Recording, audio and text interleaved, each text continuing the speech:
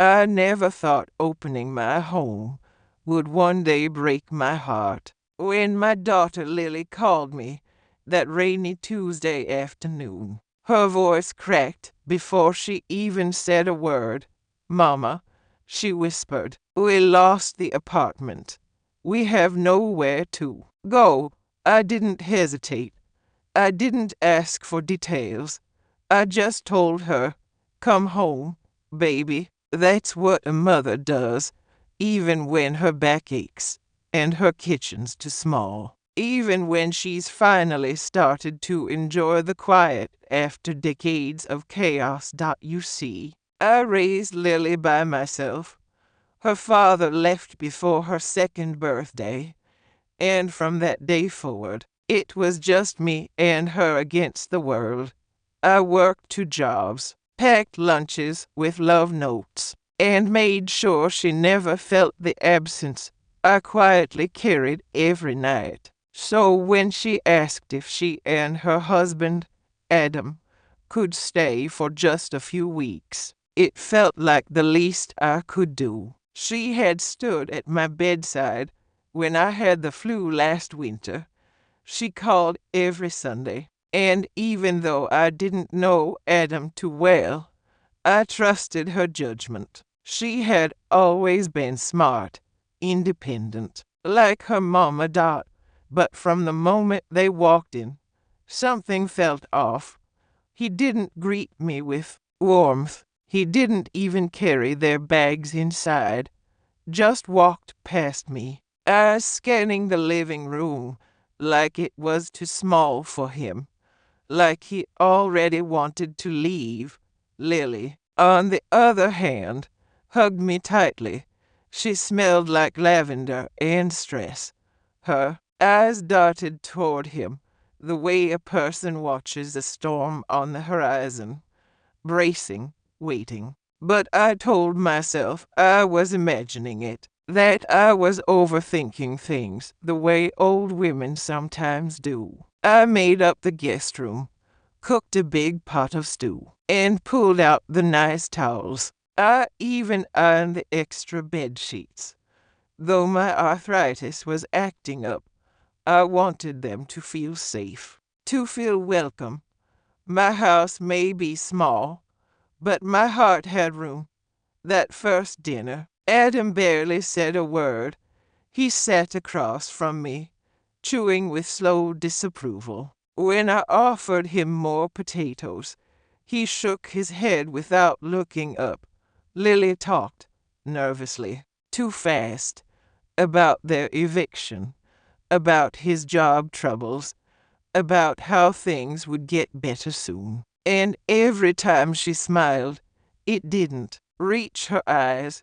Still, I kept telling myself it was temporary, that they were stressed, that I needed to give them time and space. I went back to sleeping on the old recliner so they could have the bed. I adjusted my routines so they could feel comfortable. I even turned the TV down at night. But no matter how much I gave, Adam seemed to take more. He never said thank you. He left dishes in the sink and tracked mud across my clean floor. He snapped at Lily in front of me. Quick, sharp commands like she was a child. "Did you pay that bill like I told you? You left your mess in the bathroom again. Can you please stop talking while I'm watching the news?" The first time he raised his voice, it was over something silly. The mail. I had opened an envelope with his name on it, thinking it was for me. He stormed into the kitchen, eyes blazing. "Don't touch my things," he barked. I stood there, stunned. The kettle whistled behind me, but all I could hear was my heart thudding in my chest. I tried to apologize, but he waved me off and walked away. Later that night, I found Lily crying in the bathroom. She said it was just stress, that he didn't mean it, that he was under pressure. I wanted to believe her. I wanted to believe that love could still be enough to fix whatever was wrong between them, between us. But deep down, a chill had crept into my bones. It wasn't just that Adam was rude. It was the way he watched us, like he was always calculating something, always just a few seconds away from exploding. And Lily, my sweet, strong girl, she looked smaller every day. Still, I told myself, it's only temporary. They'll leave soon.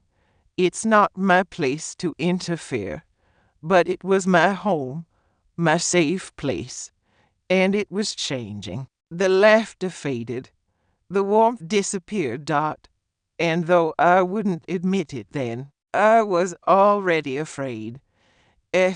When Lily first introduced me to Adam, I wanted to like him. He was polite enough in public, always calling me ma'am, shaking hands with a firm grip, talking about hard work and family values like he had written the book himself. He looked like the kind of man people trusted. Clean haircut, pressed shirt, calm voice. And Lily, poor thing, she looked at him like he'd hung the moon. But I've learned that some men wear masks better than they wear character. The Adam I saw in my home wasn't the man Lily had married. Or maybe he was. Maybe this was the man he had always been, and no one wanted to see it. He didn't yell all the time. That's the thing with men like him. They don't make it obvious. They chip away at you, quietly, strategically. So when you finally cry out, the world says, "What's the big deal?" He didn't hit her. Not yet. But he handled her with his tone, with his silences, with how he made her feel so small in every room. I started to notice how Lily would check with his eyes before she answered questions, how she'd flinch when he dropped something too loud, how she apologized for things that didn't need apologizing. One morning, she made pancakes, his favorite. She told me she cooked them just right, with bananas and cinnamon, just the way he liked.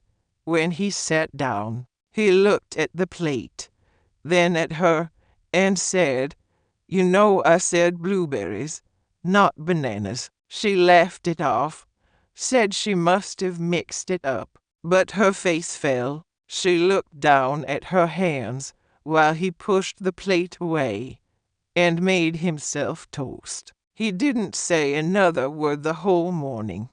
I remember thinking he wanted her to get it wrong. He wanted her to feel stupid, that he wanted control. And I began to see the pattern more clearly after that.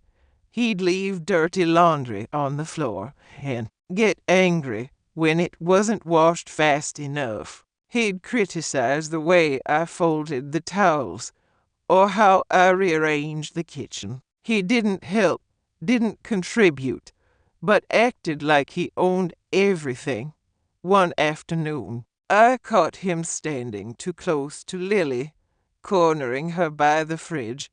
His voice was low, but his body was tight, like a spring ready to snap.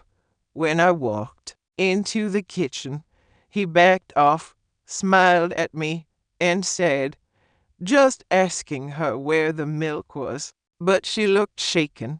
She clutched her wrist like it hurt. I didn't say anything then. I just stared at him, and he stared back, unblinking. There was something in his eyes that chilled me, cold, empty, like he was daring me to challenge him in my own house. That night, I locked my bedroom door. I had never done that before, not once, not even when I lived alone. But something about The way he moved around the house after midnight, opening the fridge, walking slowly down the hallway, made my skin crawl. And Lily, she stopped smiling altogether. She stayed in the guest room more, kept her phone close, wore long sleeves, even when it was warm. Once, I asked her to sit and have tea with me. She said she couldn't. Adam needed the car, and she had to get it cleaned first, or he'd be upset. I asked her gently, "Sweetheart, is he hurting you?" She froze. Then she smiled, that awful, empty smile I'd come to dread, and said, "No, Mama, it's not like that. He's just stressed. Double quote stressed. That word became her shield, the excuse, the cover up, and I felt helpless, like I was watching her drown through a pane of glass. I started writing everything down in a notebook. Little things I noticed. Times he cursed at her. Days she stayed in bed too long. Nights when I heard muffled sobs through the wall. I wanted to confront him. God knows I wanted to stand up and scream in his face. But I was afraid, not for me, but for her. If I pushed too hard, would he turn on her worse? Would he make her leave with him? So I waited. Watched. Hoped that my presence was enough to keep him from crossing the line. But predators don't stop because they're watched. They just get smarter. And deep down, I knew it was only a matter of time before this man, this masquerading, control-hungry man, showed his true face in full. And when he did, we might not be safe. Not in my house, not even in my arms. You think you're ready for it. The first time it gets physical, you tell yourself you'll know what to do. You've seen the movies. You've read the stories. You believe that when a man crosses that line, your body will react. You'll scream. You'll call the police. You'll fight back. But when it happens in your own living room, when the man yelling is your daughter's husband, and your daughter is standing there, silent, eyes wide with shame, you freeze. It started like most nights, small tension building up, like a storm that no one wanted to acknowledge. Lily had just returned from the grocery store. She was 5 minutes late. That was all. 5 minutes. Adam was pacing in the hallway, arms crossed, jaw tight. The moment she walked in, he grabbed the receipt from her hand and scanned it like a detective at a crime scene. "You bought the expensive bread again," he snapped. "It was on sale," she said softly. "You think I don't notice when you waste my money? It was 50 cents more. That's it." And just like that, the storm cracked open. He threw the receipt across the room. "Don't you talk back to me," he roared. I was in the kitchen when I heard the crash. I rushed in to see Lily standing by the door, eyes filling with tears, while Adam loomed over her. "Is everything okay?" I asked, trying to keep my voice calm. He turned to me, and there it was again, that emptiness in his eyes. "Stay out of it," he growled. "No," I said, my voice shaking. "You don't speak to her like that. Not in this house." He stepped toward me. For a moment, I thought he was going to hit me. But Lily jumped between us. Double quotes, "Adam, please," she whispered, placing her hands on his chest. That's when it happened. He shoved her hard. It wasn't a push. It wasn't gentle. It was forceful, mean, calculated. She stumbled back and hit the wall behind her. Her head made a sickening thud. I gasped and ran to her, cradling her head with trembling hands. She was conscious, but dazed. Her eyes watered, and her lip trembled like a child's. Adam stood there, breathing heavy. Then, like nothing had happened, he turned and walked to the bedroom, slamming the door behind him. I held my daughter like I used to when she was a little girl. But now, her pain wasn't scraped knees or bad dreams. It was a marriage, a prison she couldn't admit she was in. I begged her, "We have to call someone. This isn't okay." She shook her head violently. "No, Mama, please don't. He'll lose everything." He just got angry. I shouldn't have pushed back. My heart broke all over again. She had already started blaming herself. That's how deep it was, how twisted he had made her world. She refused to go to the hospital, said she was fine. She iced her head, took a painkiller, and went to bed early. I sat outside her door all night, holding my cell phone and debating whether to call the police anyway. But I didn't, and I still carry that guilt with me. The next morning, Adam acted like nothing happened. He even made coffee, humming to himself. When Lily walked into the kitchen, with sunglasses covering her eyes, he smiled and kissed her on the cheek. "Morning, baby." I wanted to scream. I wanted to throw the mug in my hand at his smug, lying face. Instead, I left the room. I went to my own bedroom, shut the door, and cried like I hadn't cried since my mother died. I felt helpless. I felt old. I started to realize that I wasn't just watching my daughter fall apart. I was living in it. I was breathing it in every day, with no way out.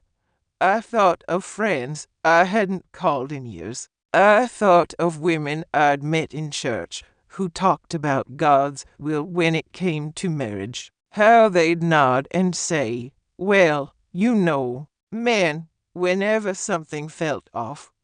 But no one ever says, "What if he's dangerous? What if staying is breaking you? What if loving him is killing her?" That shove changed everything. It shattered the fragile hope I was holding, that maybe, just maybe, things would calm down. They didn't. That moment opened a door, and once it was open, there was no closing it again. I started keeping my phone on me at all times. I moved the furniture near my door so I'd hear if someone tried to enter. I started sleeping with one eye open, because now I knew what Adam was capable of, and I knew Lily was still too scared or too broken to leave him. So the question shifted from "Is he dangerous?" to "How do I protect us both?" And, deep down, I already feared what the answer might cost me. The morning after he shoved her, I waited until Adam left the house. I listened for the sound of the front door closing and the familiar rumble of his old pickup truck disappearing down the street. Only then did I breathe. Lily was in the kitchen, stirring instant oatmeal like her hands were detached from her body. She wore a sweater, even though the morning sun was already warming the house. Her sunglasses were gone, and I could see the faint bruise blooming at the edge of her hairline. It made me sick. I sat across from her, folding my hands, my voice calm and low. "Baby," I said, "we have to talk." She didn't look up. just kept stirring. About what? About last night. She flinched, just slightly, like the words themselves had weight. Still, she didn't meet my eyes. He shoved you, Lily, hard. You hit the wall. Mama, her voice cracked. It wasn't like that. Yes, it was. I was there. I saw it. She looked at me then. Her eyes were red from crying, or from not sleeping, or maybe both. She gave me a tired smile, the kind of smile a person uses when they're trying to convince you that they're okay. He didn't mean to hurt me. He just got frustrated. I leaned in, my throat tightening.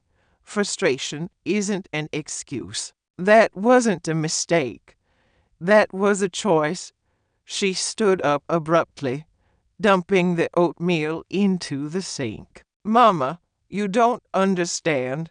He's been under so much pressure. Work's been terrible. And the move, it's all just too much for him. He hurt you, I said, louder now, and he'll do it again. That's when she turned on me. You're overreacting. Her voice echoed through the kitchen like a slap. I froze. She had never raised her voice to me before, not once in her life. She took a step back, hand over her mouth, like she couldn't believe she'd said it. But it was too late. The wall between us had cracked. I didn't mean. You did, I whispered. You did mean it. We stood there in silence for a long time. She started to cry, soft and quiet, and I wanted so badly to rush to her, to wrap my arms round her like I used to when she had nightmares as a child. But I didn't, because this time I was the one hurting too. She finally said, I don't want to start over. I don't want to be alone again. That's when I understood. She wasn't just defending him out of love. She was defending the version of life she thought she had. The safety, the image, the illusion of control. It's better than being abused, I said gently. She looked at me with hollow eyes. Is it? At least now I have someone. That broke me. All those years I'd spent teaching her to be strong, to be independent, to never settle for less than she deserved. And here she was, choosing pain over loneliness, choosing silence over safety. I reached for her hand. You don't have to stay in this. You're not alone. She pulled away. I just need some space, Mama, please. And just like that, the door between us closed. That afternoon, she stayed in the bedroom. Adam came home late, reeking of beer and sweat. He didn't say a word to me, just nodded and walked past. I sat on the couch all night, heart pounding, praying she'd come out and tell me she was ready to leave, ready to fight. But she didn't, for days. We barely spoke. She avoided me, and he acted like nothing had ever happened. The bruise faded, but the distance between me and my daughter only grew. I started to wonder if maybe I was overreacting. Maybe I was too sensitive, too old-fashioned. Maybe I didn't understand their relationship. But no, deep down, I knew the truth, and the truth was she was afraid of him, afraid of being alone, afraid of facing the shame that comes with admitting that the man she married was not the man she thought he was. But she was also afraid of me, afraid I'd force her to choose. And so she chose him. Again. And I was left sitting in my own house, watching the girl I'd raised disappear behind silence and bruises and lies. I wanted to scream, to shake her, to beg her to leave, but I didn't, because I knew if I pushed too hard, she might leave with him. And then I'd have no way to protect her. So I waited. I watched. And I prayed. Because when your daughter tells you you're overreacting to violence, you realize just how deep she's already sunk. And how much darker it can still get. You're not supposed to feel fear in your own home. Your house is meant to be a refuge, a place where the walls remember laughter and the floors carry the footprints of those you love. It's where you hang your memories, where you rest your bones, where you feel safe. But I didn't feel safe anymore. Not with Adam walking through the hallway at night. Not with Lily pretending the bruises were accidents. And not with the silence that had swallowed my once peaceful home. The first night I locked my bedroom door, I told myself it was just to help me sleep. Old habits, I said aloud as I slid the bolt. But in truth, my hand trembled, my heart raced. Because that night, I'd seen Adam throw a chair. It wasn't at anyone. Not yet. But he was angry, drunk, belligerent, and Lily had looked at me with that hollow stare again. The one that said, "Don't say anything, please. Don't make it worse." So I didn't. I just went to my room, quietly, without finishing my tea. I waited until I heard their door close, and his heavy boots stop pacing the floor. Only then did I slide the lock. That night, I barely slept. Every creak in the house made my breath hitch. Every gust of wind tapping at the window made me sit up straight. I kept the lamp on, just in case I needed to see quickly. I kept my phone on the nightstand, fully charged. I even had a pair of shoes ready by the bed, like I might need to run. I was 78 years old. I'd survived poverty, illness, loss, and heartbreak. But I had never been afraid like this before. The next morning, I told myself I was being dramatic. I made my bed, folded the laundry, and baked banana bread like everything was normal. But I didn't unlock that door until I was sure they were both awake and in the kitchen. It became a routine after that. Every night, I locked the door. Some nights, I pushed a chair under the knob. Other nights, I kept a broom by the bed, not because I thought it would help, but because it gave me something to hold. I didn't recognize the woman I had become. Cautious, small, quiet, living like a guest in her own home. But worse than the fear was the shame. What would my friends think if they knew? What would the neighbors say if they saw the police on my porch? I'd always been the strong one, the matriarch. I raised Lily alone. I worked 2 jobs. I made miracles out of pennies. But now, I was locking my door at night like a prisoner. And Lily, she had disappeared behind a shell of herself. One morning, I offered to make her breakfast. Just eggs and toast, the way she liked when she was little. She declined with a weak smile and said, "He doesn't like when I eat so early." I blinked. "What does that have to do with anything?" She shrugged. "He says it messes up our routine." I stood there, stunned. What routine? What kind of man controls when his wife can eat? That was the day I realized it wasn't just about yelling or pushing. It was about control, isolation, fear, the kind of emotional prison that locks tighter than any door ever could.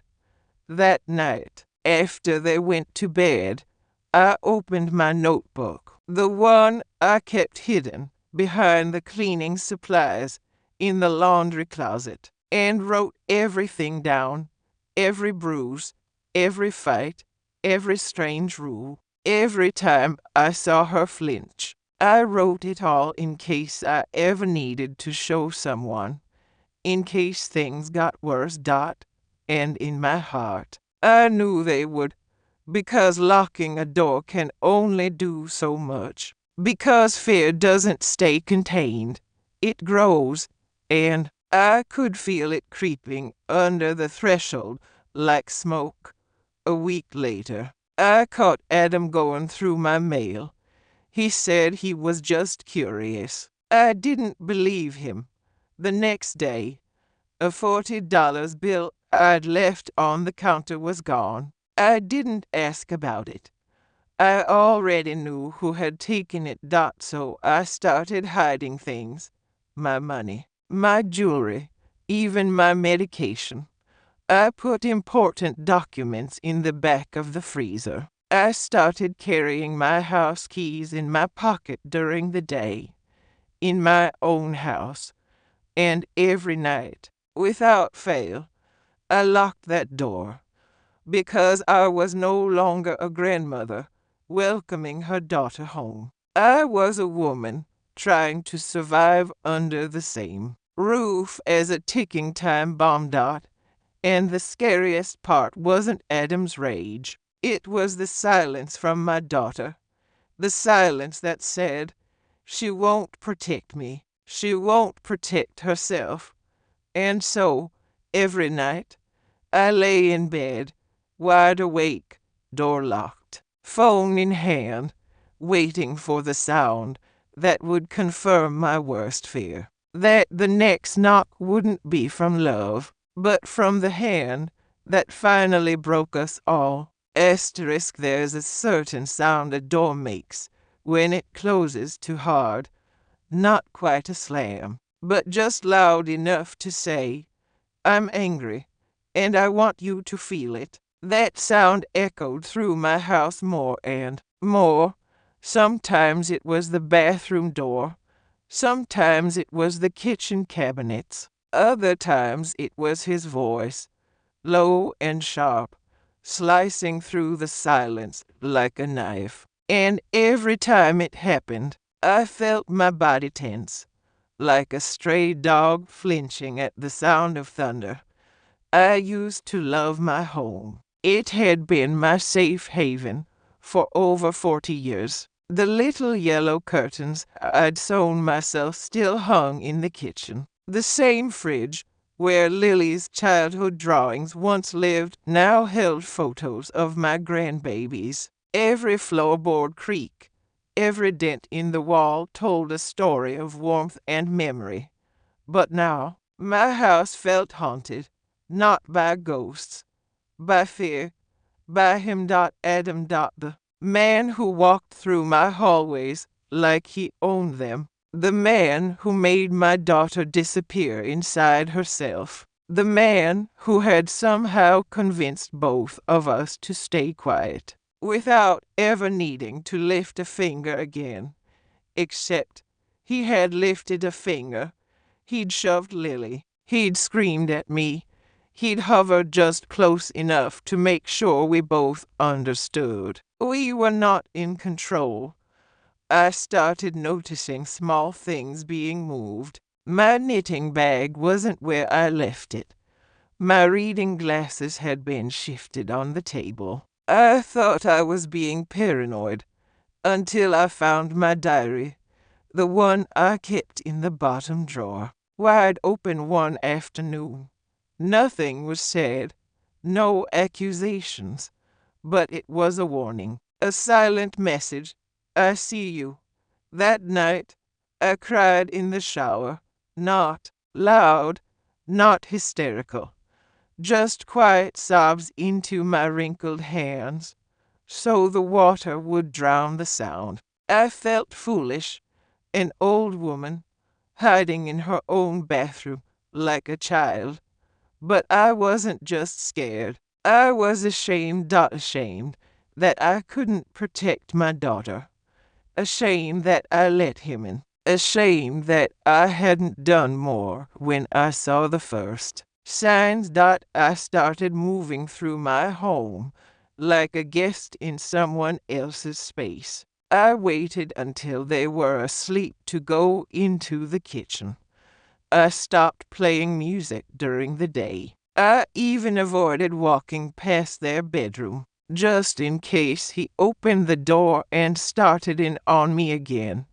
And Lily, God, my sweet Lily, she became a ghost. She wore oversized sweaters. Her hair was always tied back. She rarely made eye contact anymore. When I spoke to her, she answered with short words and fake smiles, always looking over her shoulder, like Adam might be watching. One night, I heard them fighting in their room.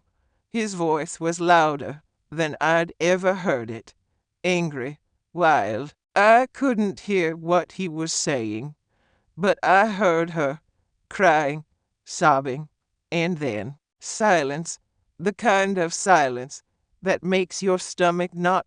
I went to the door and knocked. Lily? I whispered. No answer. I knocked again. Baby, please answer me. Finally, the door cracked open, just enough for her face to peek out. I'm fine, she said. Her voice was flat, her eyes red, her lip was bleeding. I reached for her, and she pulled back. Please, Mama, just go to bed. That moment broke something in me. She was defending him. Again, even bleeding, even terrified. She was still choosing silence over safety. And what's worse, I realized I was doing the same. I went back to my room and locked the door. Sat on the bed for a long time, just sat, staring at the family photo on my dresser, the one taken years ago at Lily's college graduation. She stood next to me, beaming, full of life, full of hope. Now, that light was gone, stolen by the man sleeping 10 feet away from her. I wasn't safe in my own house, but more than that, I wasn't safe in my own life, the place I had built with so much love, the daughter I had raised with so much care. All of it had been infiltrated by darkness, and I didn't know how to get it back.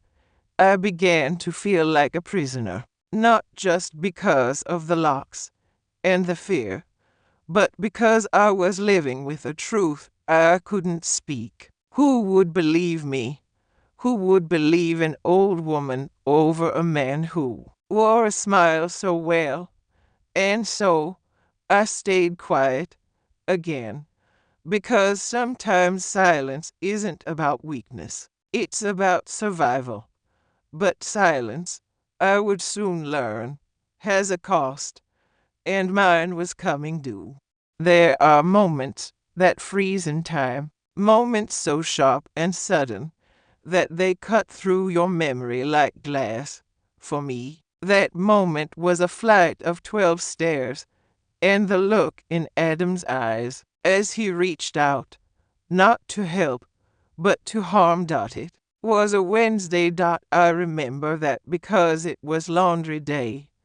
Always has been. I had just folded a pile of towels and was carrying them down to the linen closet on the lower level. Lily was out running errands, and Adam, well, he was supposed to be at work. But when I turned the corner at the top of the stairs, there he was leaning on the wall, sipping coffee like he belonged there, We hadn't spoken all morning. He'd ignored me at breakfast.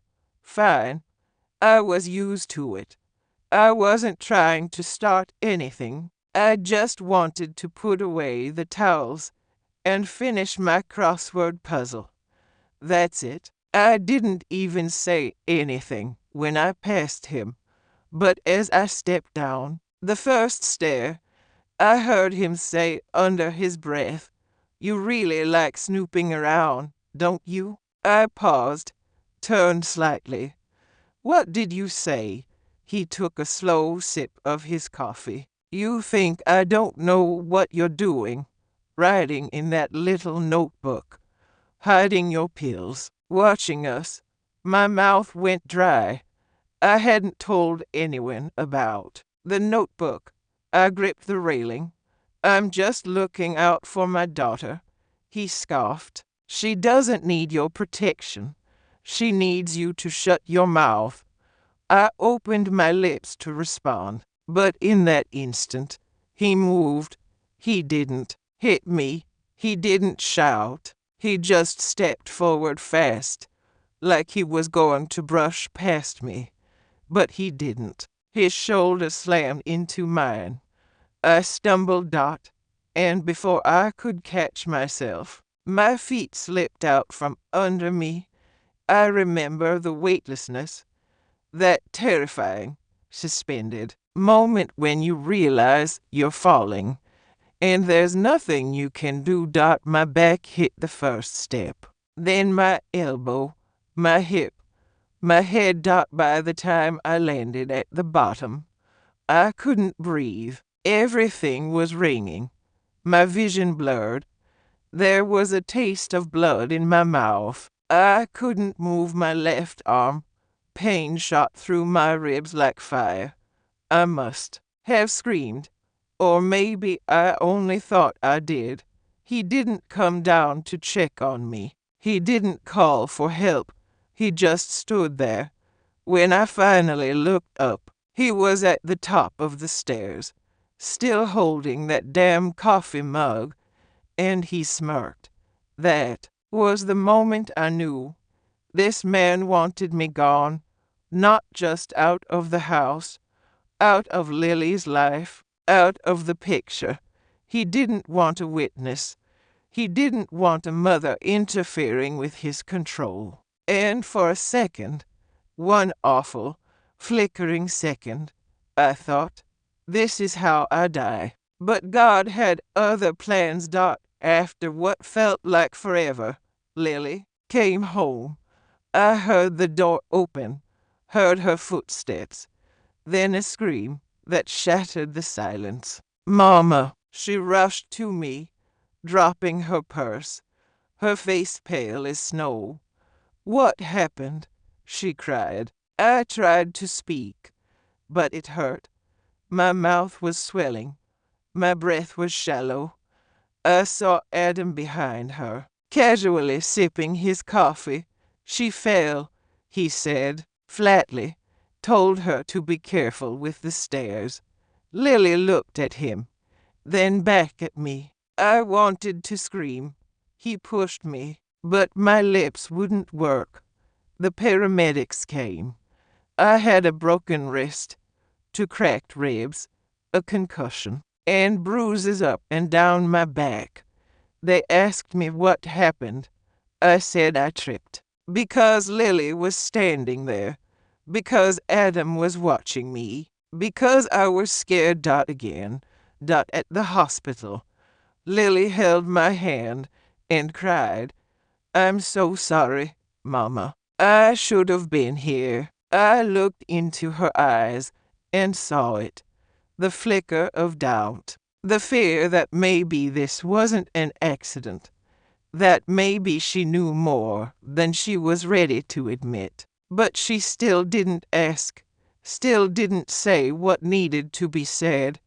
And I didn't push her. When I returned home days later, the stairs looked taller. Everything looked different. And I knew I could not stay here much longer. Not because I didn't want to protect Lily anymore, but because I might not survive the next fall.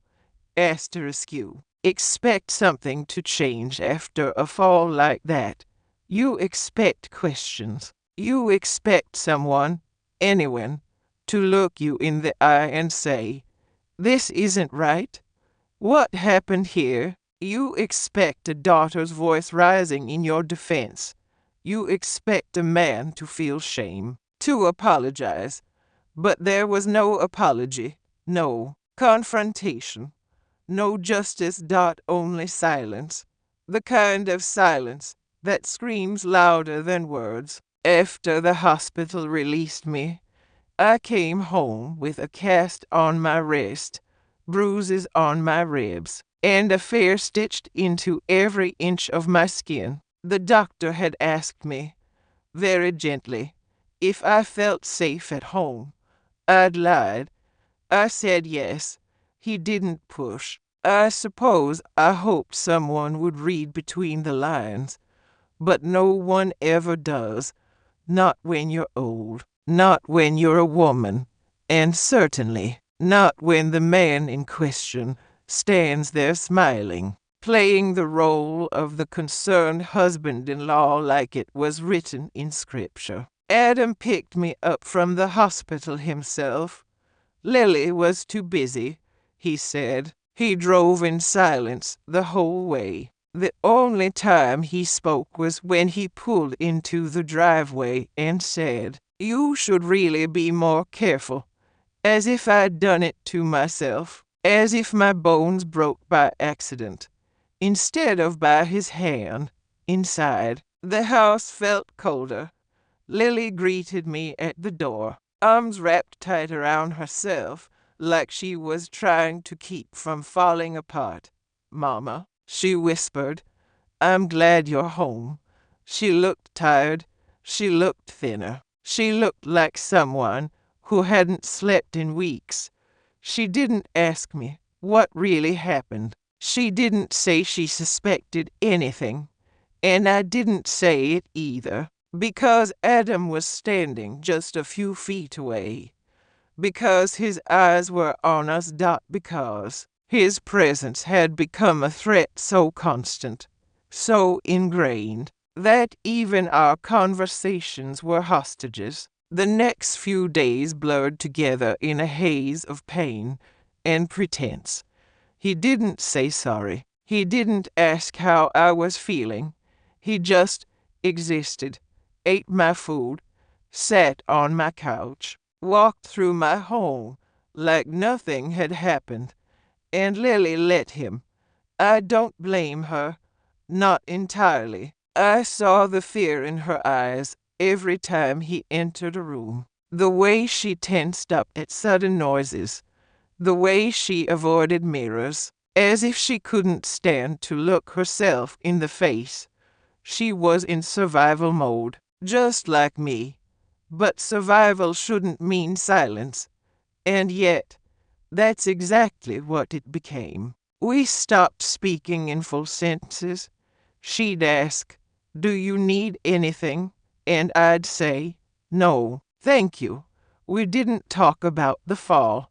We didn't talk about the stairs. We didn't talk about how this house had become a place where love went to die. My neighbors didn't ask questions either. They saw the sling on my arm, the bruises on my cheek, and they smiled politely, offered casseroles, said, "You poor thing, such a terrible accident." And I smiled back, because I didn't want to cause trouble, because I didn't want Lily to suffer more than she already had, because I was afraid of what would happen if Adam found out I'd told someone. So I said nothing. But the silence rotted everything. I stopped going outside. I stopped calling friends. I stopped attending church. I was ashamed, not just of what happened, but of what I had allowed to continue. I kept thinking, maybe I should have told the nurse the truth. Maybe I should have screamed when I landed on those stairs. Maybe I should have called the police, but I didn't, because part of me still hoped Lily would wake up, that she would look at the bruises, the lies, the pain, and say, enough. But she did in single quotes. One night, I overheard them in the kitchen. She was crying again, begging him not to go out drinking. He yelled. She cried harder. And then a silence. I stood behind my locked door, heart racing, cast resting in my lap, and thought, this will never stop, not unless someone makes it stop. But I couldn't be that someone, not with bones still healing, not with no one on my side, not while living in a house that used to be mine, but had long since been taken from me. And so the days passed, with no apology, with no justice, only silence. But in that silence, something began to grow, not rage, not vengeance, but a decision. Because if no one else would protect me, if my own daughter couldn't, or wouldn't take a stand, then maybe it was time I did. Maybe it was time to break the silence, even if my voice shook. I didn't know it was them at first. All I remember is the red and blue lights flashing against my living room curtains, the low murmur of voices outside, and then the knock, a loud, firm knock at the front door. Adam had been yelling again. I don't even remember what set him off that night. Could have been the way Lily folded the towels, or that dinner was late. With men like him, the reason doesn't matter. They'll invent one if they need to.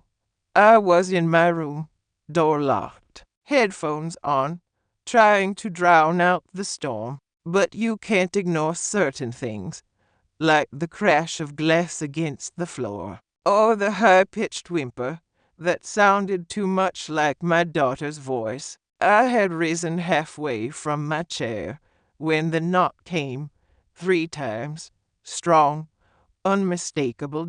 It silenced everything. I cracked my door just as Lily opened the front one. 2 officers stood there. Their faces were calm, professional, but I could tell they already knew. They weren't here for a routine check. They had been told something. We received a call from a concerned neighbor. One of them said there were reports of shouting, possible domestic disturbance. Is everything okay? Lily froze. Adam stepped forward, wiping his hands on a towel like he'd just finished washing dishes. He smiled, that fake, wide, charming smile I'd come to hate. Sorry, officer, he said. We had a little disagreement. That's all. Nothing serious. The officers looked past him. One of them spotted me in the hallway. I must have looked a sight, frail, wrapped in a shawl, cast still on my arm, bruises that hadn't quite faded. He raised an eyebrow. Ma'am, are you all right? I nodded. It was automatic, reflexive, the lie of survival. But then I caught a glimpse of Lily's eyes.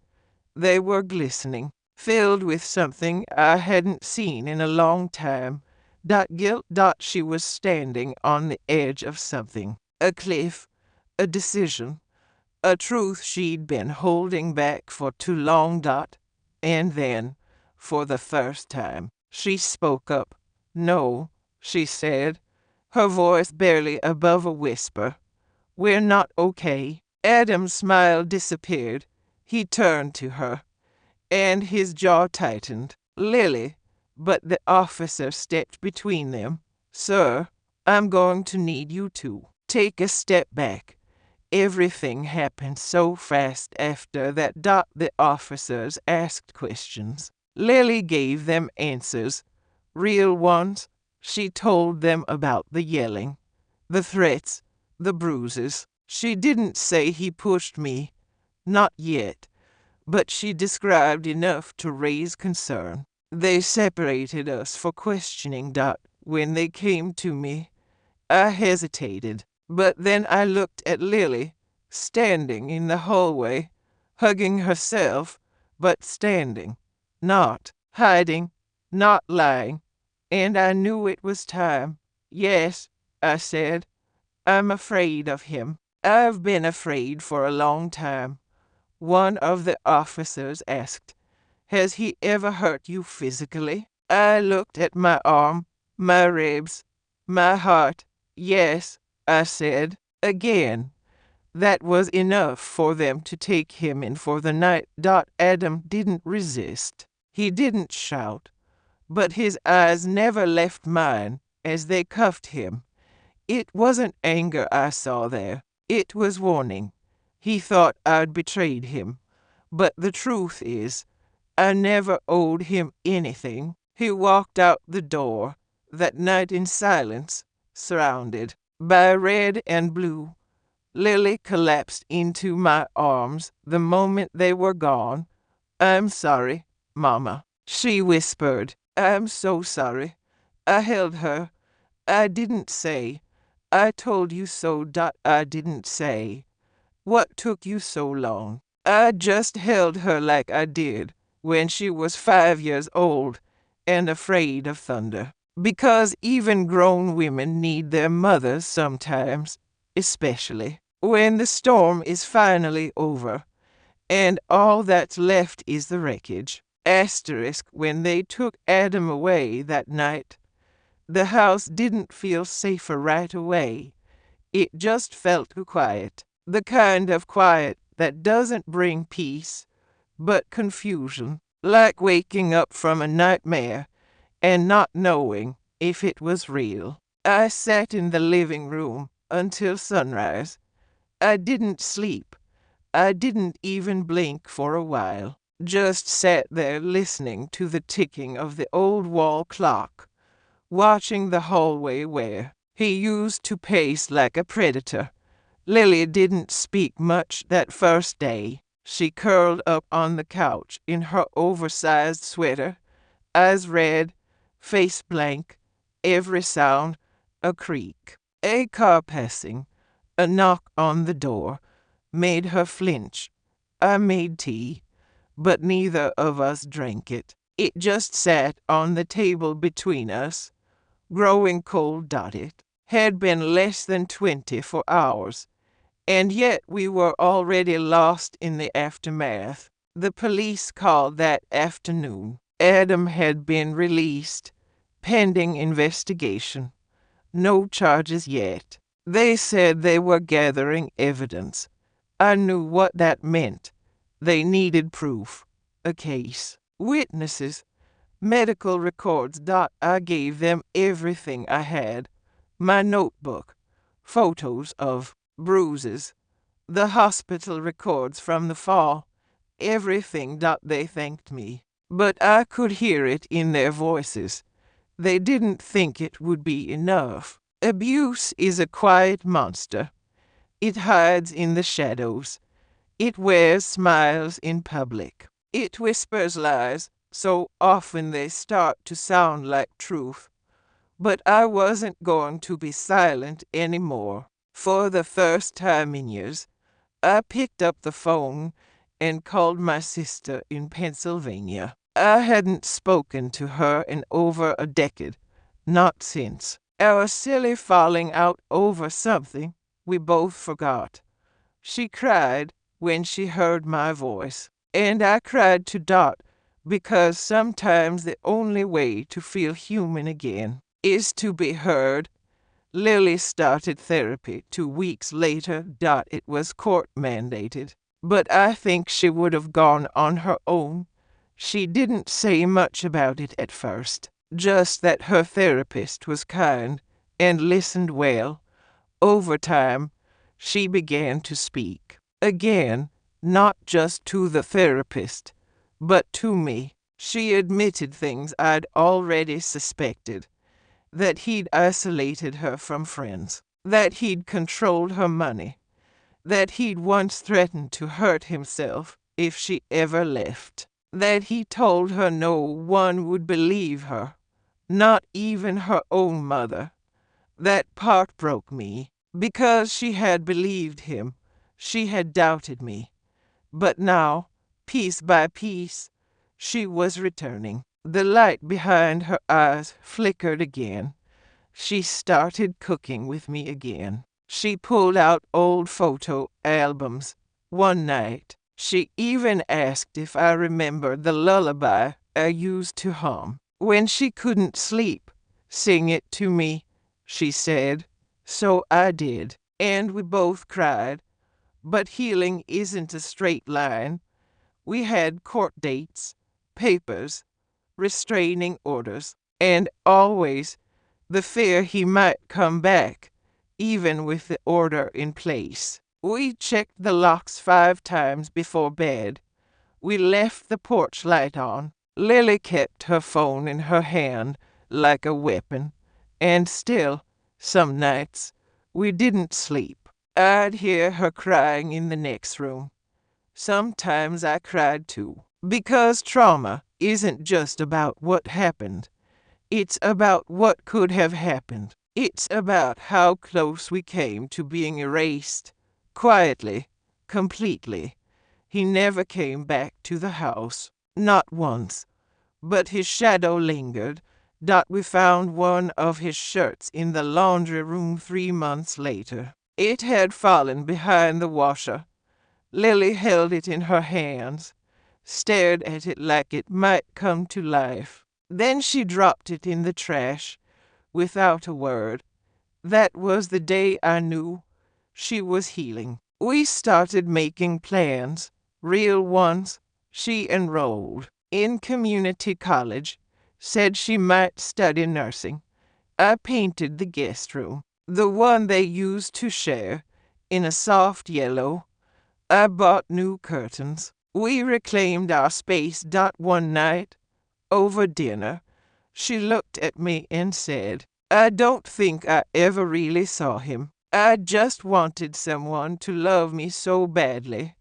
I ignored the warning signs. I reached across the table and took her hand. Wanting love isn't a weakness, but staying in pain, that's not love, baby. That's survival. She nodded. But I don't want to just survive anymore. Neither did I. So we started over, together. The bruises faded. The fear eased. The laughter slowly returned. It was different now, quieter, more cautious. But it was real. And sometimes that's enough. Because even after everything he took, we still had each other. If you had told me 10 years ago that I'd be afraid to live in my own house, I would have laughed. I was strong, independent. I raised my daughter by myself, paid off a mortgage, cooked, cleaned, worked, prayed, gave, loved. I never thought I'd be the kind of woman to stay silent while being mistreated. Especially not in my later years. Especially not by a man like Adam. But abuse doesn't always knock on the front door with bruises and black eyes. Sometimes it whispers. Sometimes it wears a nice suit. Sometimes it hides behind I'm sorry, or you're overreacting, or don't make this harder than it needs to be. Sometimes the man you fear is your own son-in-law, and sometimes the one who leaves you to face him alone is your own daughter. That's what hurts the most. Not the shove, not the fall, but the silence. The silence from someone I gave everything to. The silence when I needed her voice the most. The silence that nearly broke me in two. But here's what I've learned in the time since Adam was taken away. Abuse doesn't care how old you are. You can be 20 or 78. It doesn't discriminate. If someone is making you feel afraid, small, unsafe, that's enough. You don't owe them another chance. You don't owe them your peace. You are never too old to walk away. Never too old to reclaim your safety. Never too old to say, "This isn't love." I know how hard it is to speak up, especially when you're worried no one will believe you, especially when your own child is trapped in the same nightmare. But silence is not protection. Silence is surrender. And I am done surrendering to the women listening to my story. Whether you're a mother, a grandmother, a daughter, or someone in between, I want you to know that you deserve peace. You deserve safety. You deserve love that doesn't come with bruises or threats or fear. Maybe your abuser never hit you. Maybe he just made you question your own memory. Maybe he made you feel like a burden. Maybe he turned everyone against you. It's still abuse. Don't wait for a push down the stairs to realize it. Don't wait for your bones to break before you say, "No more." I waited too long, and I carry that with me. But I'm still here, and so is my daughter. She's healing. I'm healing. And we're doing it one day at a time. I no longer lock my door at night. I sleep with the windows open again. I've planted a garden in the backyard. A place that used to feel like a prison now blooms with color. And every time I see Lily smile, a real smile, I know we made it. We survived. But more importantly, we escaped. So here's my message to you, dear woman listening. If your spirit feels bruised, you are not imagining it. If your home feels more like a battlefield than a refuge, that is not love. And if no one else is telling you this, I am. You deserve better. Speak up. Reach out. Call someone. Tell someone, even if your voice shakes, even if your hands tremble, because your story matters. And you are not alone. Not anymore. If this story touched your heart or reminded you of someone you know, please share it. You never know who might need to hear these words today. Subscribe to the channel for more real stories of strength, healing, and survival, told from the voices of grandmothers, mothers, and women who refuse to stay silent. Comment below. Have you or someone you love lived through something similar? Your voice could help another woman feel seen. Don't forget to hit the notification bell so you never miss a new story. Together, we are louder than silence.